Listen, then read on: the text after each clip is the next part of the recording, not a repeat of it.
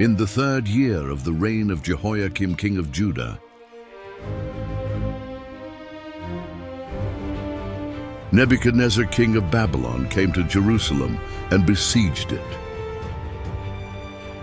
Among the captives was a young man named Daniel, noble in lineage, chosen by God, though a stranger in a foreign land, and the king commanded that some of the children of Israel be brought in youths without blemish, skillful in all wisdom, endowed with knowledge. Among them, Daniel was chosen, whom the Lord had granted understanding and favor. But Daniel resolved in his heart that he would not defile himself with the king's food or wine. And he said to the chief officials, "Please test your servants for 10 days. Give us nothing but vegetables to eat and water to drink." At the end of 10 days, they appeared better and healthier than all the young men. And God gave Daniel and his companions knowledge and skill in all learning and wisdom, and in every matter of wisdom and understanding. The king found them 10 times better than all the magicians and enchanters in his kingdom. But Daniel's wisdom was not his own, it came from the Lord. In the 2nd year of his reign, Nebuchadnezzar had dreams, and his spirit was troubled. None of the wise men could reveal the dream, but Daniel went in and asked for time. "This was the dream, and now I will tell the king its interpretation. You, O king," and made the matter known to his companions, that they might seek mercy from the God of heaven concerning this mystery. And in the night, the secret was revealed to Daniel in a vision, and Daniel blessed the God of heaven.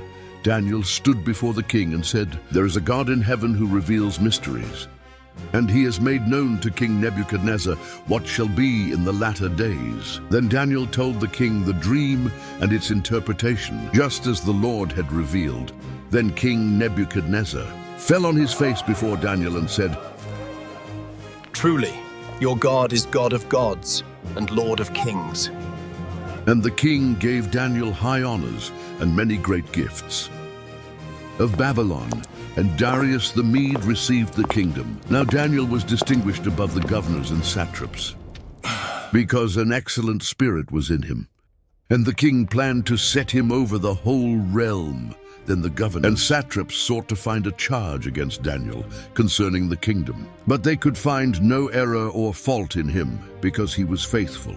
So they said, "We shall not find any charge against this Daniel unless we find it concerning the law of his God." So they came before King Darius and said, "Establish a royal statute that whoever petitions any god or man for 30 days, except you, O king, shall be cast into the den of lions." Therefore King Darius signed the written decree.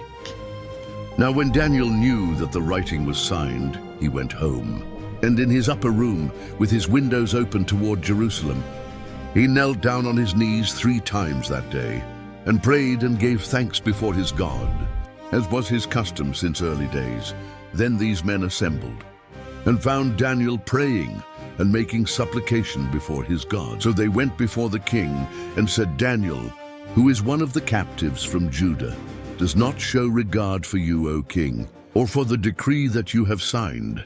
So the king gave the command, and they brought Daniel and cast him into the den of lions. But the king spoke, saying to Daniel, "Your God, whom you serve continually, he will deliver you." And a stone was brought and laid on the mouth of the den. Now the king went to his palace and spent the night fasting. No musicians were brought before him, and his sleep fled from him. But in the den Daniel lay in perfect peace. God had sent his angel and shut the lions' mouths, so that they did not harm him. Then the king arose very early in the morning and went in haste to the den of lions. And when he came to the den, he cried out with a lamenting voice, "O Daniel, servant of the living God, has your God, whom you serve continually, been able to deliver you from the lions?" Then Daniel said to the king, "O king, live forever.